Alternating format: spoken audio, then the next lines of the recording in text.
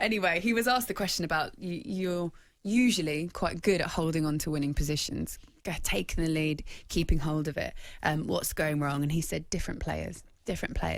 Then he went on to say that what we just heard there as well. What do you think? I asked Jamie this question earlier on, and he doesn't actually think it's that bad what Jose's doing. He can't really cover up what everyone can see with their own eyes, but are there better ways of doing it? What do you think?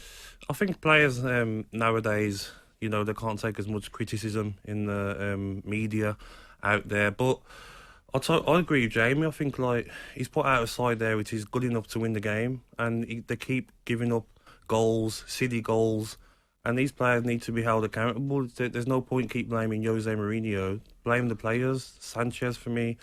The defence, they just can't. They don't look comfortable back there. They always look like they're going to concede. Every time Newcastle went forward, they looked like they were going to concede. Reguilon, great going forward. Defensively, not really that interested. So it's a tough one, and I just think the players have to just try and get over the line in games. Newcastle could have scored more goals, probably should have, if Joe Linton was, I suppose, more on Good target, score. but it's not. Yeah, I was trying to think of a nicer way of saying it. Someone tweeted me earlier on saying Joe Linton's now scored 50% of his Premier League goals against Spurs. I think it's probably right. This season. Look, he needs to score. As the money they paid for him, the position that he's playing in, the chances that he got yesterday, he's got to take them. He's got to win the game for Newcastle there. Steve Bruce comes out in his interview, said it was best I've seen us play, and they did. They were good. Spurs were shocking at the back. They created so many chances, Newcastle, so many good moments in the box as well. To not win that game says to me that is why they're down there. It's why they're really struggling to stay up this season. Strikers are not good enough. But don't you look at it from the Spurs point of view, and you look at Bale on the bench, you look at Dele Alli, you look at Son, and you're like, what's going on? Vinicius done well against Aston Villa, but he can't be starting before them players. Come on. I mean, Son's come back from injury. He puts him on at half-time. I think everyone's had enough of the Gareth Bale saga. I think everyone's had enough of it. What do you mean by that? As in fans? What they're fed up with? Just the fans, the players, the media, the fans. Everyone's just had enough of it. It's... he come in, there was this big sort of everyone standing outside the ground. It was like the Messiah coming back. Wasn't fit for 3 months.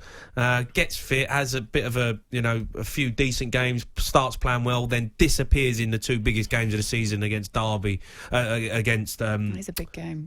against Arsenal, the London Derby. And then Zagreb was, 2 shocking performances. And then he comes out and says that he just wanted to be fit for the Euros. That's why he comes to Spurs. He wants to go back to Madrid. Everyone's just tired of it. Everyone's tired. And you can see Mourinho's tired of it. Didn't bother playing him against Aston Villa. Brings him on for 5 minutes against Newcastle. It's just... that whole situation just needs to end. So he's not given enough for you this season? Nowhere near enough. And you see Lloris come out at Zagreb, didn't he? And he started saying, listen...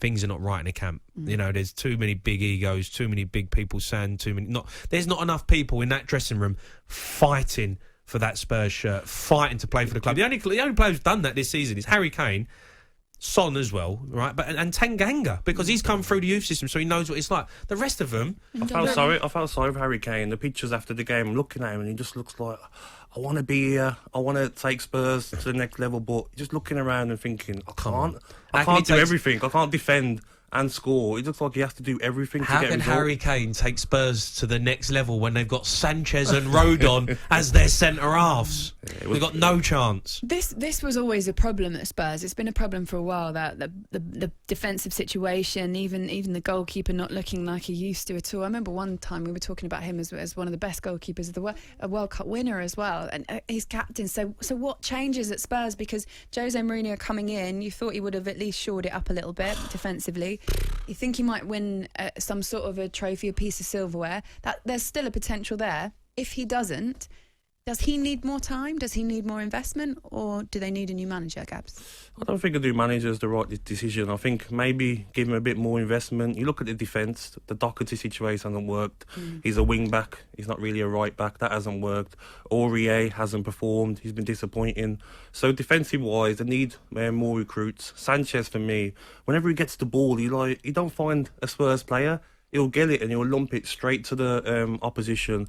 And even defensively, he's been poor. So they need a few defenders in there, maybe another midfielder and another winger. So hopefully he can get the investment. Basically. That's a lot, isn't Just it? 11 players, isn't it? I wonder how much that would cost. They need two centre halves. That is, they need to sign centre halves. Danny Ings was linked with there. This was paper talk. Obviously, nothing's happening at the moment. He's also linked with Manchester City. I was at St Mary's yesterday, and they've missed him for about 4 games, and they really have missed him. And that's not, everyone knows that when Danny Ings doesn't play for Southampton, they struggle. He's the talisman. He scored this goal yesterday. I don't know if you saw it, Gabby. Yeah. He just left the 2 defenders for dead, popped it through the legs of Nick Pope, made it look so easy, and I just thought that's someone you want in your team, isn't it? 100%, especially if they're talking about 30 million. Is it for Vinicius to make it permanent? I mean, you wouldn't want to pay that, would you? You send him back and you go and pay wherever it is for Danny Ings. Him and Kane can play together. One can drop into number 10, one can play a striker. Get another winger on the right side, Son on the left. 100% I'll get Ings. How much do you reckon he costs? Because his contract's up at the end of next season, isn't it? I shouldn't have asked that to Jamie O'Hara. Right. I mean, 50 million? You reckon? 50 million? For Danny Ings? No. Even though his contract's up at the end of next season? Yeah, I'm pretty sure it's the end of next season, is it? You've got 1 year left, I'm pretty sure. And they do like to sell players, Southampton, don't they? They do like a bargain. I mean, he's one of the top scorers, Van Dijk went for how much? Yeah, but I think that was a little bit different. What I was think he, 30 75? million. I think 30 million. 30 million? Yeah. Okay.